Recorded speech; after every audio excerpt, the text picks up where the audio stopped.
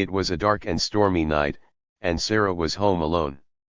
She had always been afraid of the dark, but tonight she was feeling especially uneasy. She heard strange noises coming from outside her window, like someone was trying to break in. She tried to ignore it, telling herself it was just the wind, but the sounds only grew louder. Sarah locked the doors and windows, but the noises continued.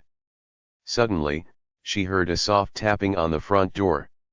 She slowly approached the door and peered through the peephole, but saw no one. Just as she was about to turn away, she heard a voice whisper, "Let me in."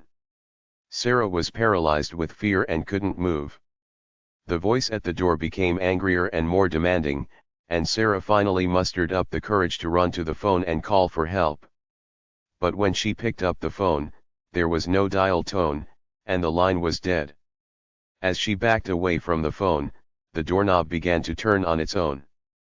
Sarah screamed and ran to the back of the house, but the door burst open and a dark figure entered the room.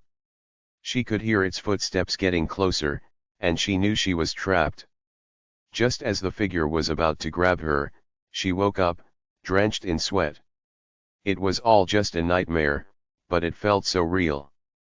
She tried to shake the feeling of fear, but as she looked out the window, she saw the same stormy night, the same eerie sounds coming from outside. And then, she heard the voice whisper again, "Let me in."